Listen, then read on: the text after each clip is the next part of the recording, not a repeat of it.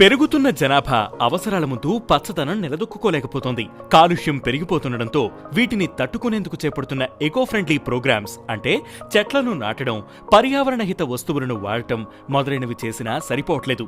అంతా ఆర్టిఫిషియల్ అయిపోతున్న ఈ టైంలో ఇప్పుడు చెట్లు కూడా ఆర్టిఫిషియల్వి వచ్చేస్తున్నాయి.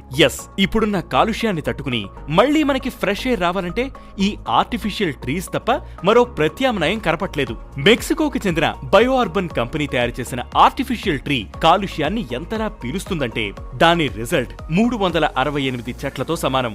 మైక్రో ఆల్గే సాయంతో కార్బన్ డయాక్సైడ్ సహా గాలిలోని ఇతర మలినాలను ఫిల్టర్ చేసి ప్యూర్ ఆక్సిజన్ అందిస్తుంది. దీని ధర $50,000 అంచనా. అంటే మన లెక్కలో 43 లక్షల పైనే. సుమారు 14 అడుగుల ఎత్తు ఉండే ఈ చెట్లను ఇప్పటికే మెక్సికోలో పలుచోట్ల ప్రయోగాత్మకంగా ఇన్స్టాల్ చేశారు. ఇక కొలంబియా యూనివర్సిటీకి చెందిన Lenfest centre for sustainable energy director Klaus Lackner కూడా ఓ కృత్రిమ చెట్టును డిజైన్ చేశారు. ఈ చెట్లు కృత్రిమ ఆకులు కూడా సాధారణ చెట్ల ఆకుల కంటే 1000 రెట్లు ఎక్కువ సమర్థవంతంగా పనిచేస్తాయట.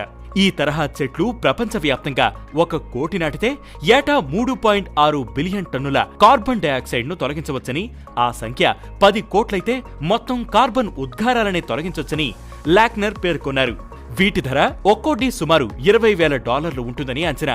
అంటే మన లెక్కలో 17.37 లక్షల రూపాయలు. ప్రస్తుతం పెరుగుతున్న కాలుష్యం, మానవ అవసరాలతో పర్యావరణ పరిరక్షణ అనేది నామమాత్రపు చర్యగానే మిగిలిపోతోందనే విమర్శలు ఇప్పటికీ పోటెత్తుతున్నాయి. ఈ నేపథ్యంలో ఇక ఈ కృత్రిమ చెట్లే మనకు దిక్కయ్యేలా ఉందని పర్యావరణ ప్రేమికులు అంటున్నారు. మరి ఈ కృత్రిమ చెట్లపై మీ అభిప్రాయం ఏంటి? నేచురల్ గా పర్యావరణాన్ని ఇక కాపాడుకోలేమా? పరిస్థితి చేదాటిపోయిందా? కామెంట్ చేయండి.